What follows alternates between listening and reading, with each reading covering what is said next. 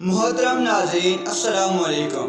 اہل اسرار کی ایک قوم جسے پہلے قوم سبا بھی کہا جاتا ہے، اللہ تعالیٰ کی بے شمار نعمتوں کے اندر زندگی گزار رہی تھی۔ یہ قوم ایک عظیم تہذیب و تمدن کی مالک تھی۔ حضرت داؤد علیہ السلام اور حضرت سلیمان علیہ السلام کی باعظمت حکومتوں کے بعد ان کی حکومت زبان زدہ خاص و عام تھی۔ کہا جاتا ہے کہ یہ لوگ گندم کو پیس کر اس کے آٹے کی روٹیاں پکاتے تھے، لیکن اس قدر اسراف کرنے والے اور ناشکرے تھے کہ انہی روٹیوں کے ساتھ اپنے بچوں کا پخانہ صاف کرتے تھے۔ ان آلودہ روٹیوں کو اکٹھا کرنے سے ایک پہاڑ بن گیا تھا۔ ایک صالح شخص نے گزرتے ہوئے ایک عورت کو دیکھا جو روٹی کے ساتھ بچے کے پخانے کو مقام کو صاف کر رہی تھی۔ اس شخص نے عورت سے کہا، تیرے اوپر افسوس، خدا سے ڈر، کہیں ایسا نہ ہو کہ خدا تیرے اوپر اپنا غضب ڈھائے اور تجھ سے اپنی نعمت چھین لے۔ اس عورت نے اس بات کا مذاق اڑایا اور مغرورانہ انداز میں کہا، جاؤ جاؤ، گویا کہ مجھے بھوک سے ڈرا رہے ہو۔ جب تک سرسار جاری ہے مجھے بھوک سے کسی قسم کا کوئی خوف نہیں ہے۔ کوئی زیادہ عرصہ نہیں گزرا تھا کہ اللہ تعالیٰ کے ان ہوس بازوں اور بااسرار لوگوں پر، اپنے ناشکرے لوگوں پر اپنا غضب ڈھایا۔ پانی جو کہ زندگی کی بنیاد ہے ان لوگوں سے چھین لیا تھا۔ قحط نازل ہوا۔ بات یہاں تک پہنچ گئی کہ ان کے ذخیرہ کی ہوئی تمام غذا ختم ہو گئی۔ آخرکار وہ مجبور ہو گئے۔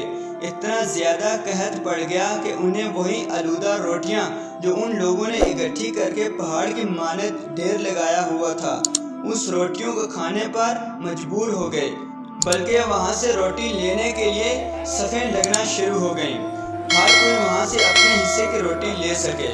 کفران نعمت، قحط اور ان کی بدحالی کے بارے میں متعدد روایت موجود ہیں۔ سورہ نحل کی آیت نمبر 112 اور 113 میں یوں ارشاد ہوتا ہے، اور اللہ تعالیٰ نے اس قریہ کی بھی مثال بیان کی ہے جو محفوظ اور مطمئن تھا، اس کا رزق ہر طرف سے باقاعدہ آ رہا تھا۔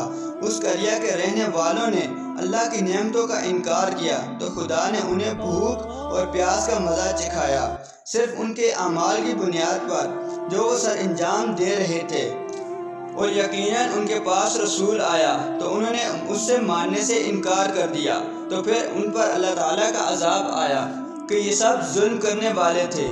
اسی قوم سبا کے بارے میں ایک اور واقعہ بیان ہوتا ہے کہ ان لوگوں نے اپنی زراعت کو بہتر طور پر کاشت کرنے کے لیے پانی کا ذخیرہ کی خاطر بالا کے دو پہاڑوں کے درمیان ایک بہت بڑا بند معرب تعمیر کیا ہوا تھا۔ سوراخ اور دوسرے پہاڑوں سے گزرا ہوا پانی اس بند میں آ کر وافر مقدار میں جمع ہو جاتا تھا۔ قوم سبا نے صحیح طور پر اس پانی سے استفادہ حاصل کرتے ہوئے بہت سے وسیع و عریض اور خوبصورت سے باغات لگائے اور کھیتی باڑی کو رونق بخشی۔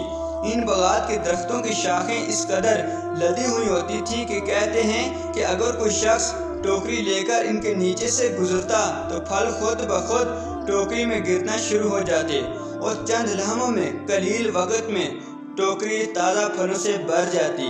اس قوم کے بہت سارے دیہات اور قریے تھے جو آباد اور آپس میں جڑے ہوئے تھے، لیکن نعمت کی کثرت نے انہیں شکر کرنے کے بجائے انہیں نافرمانی اور غافل کر دیا، یہاں تک کہ ان کے درمیان بہت بڑا طبقاتی نظام وجود میں آ چکا تھا۔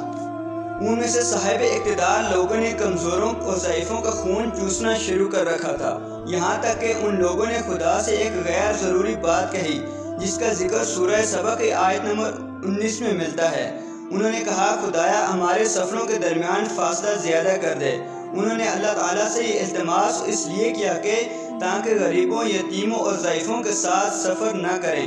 ان کی خواہش یہ تھی کہ آبادیوں کے درمیان خشکی ہو اور فاصلہ بہت زیادہ ہو تاکہ ہم کم آمدنی والے لوگوں، غریب لوگوں کی ہماری طرح سفر نہ کر سکیں۔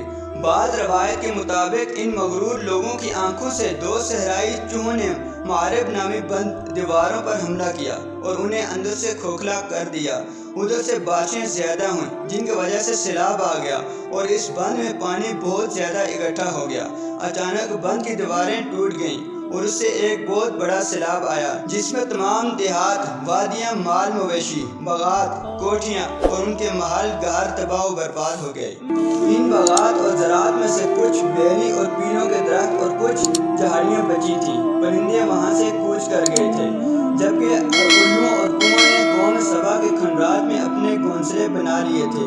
اس بات کا ذکر سورہ سبا کی آیت نمبر 15 اور 16 میں ملتا ہے، اور آخر میں سورہ سبا کی آیت نمبر 17 میں قرآن کریم میں اس واقعے کا یوں نتیجہ نکالا ہے کہ ہم نے ان کی ناشکری کی سزا دی ہے، اور ہم ناشکروں کے علاوہ کسی کو سزا نہیں دیتے۔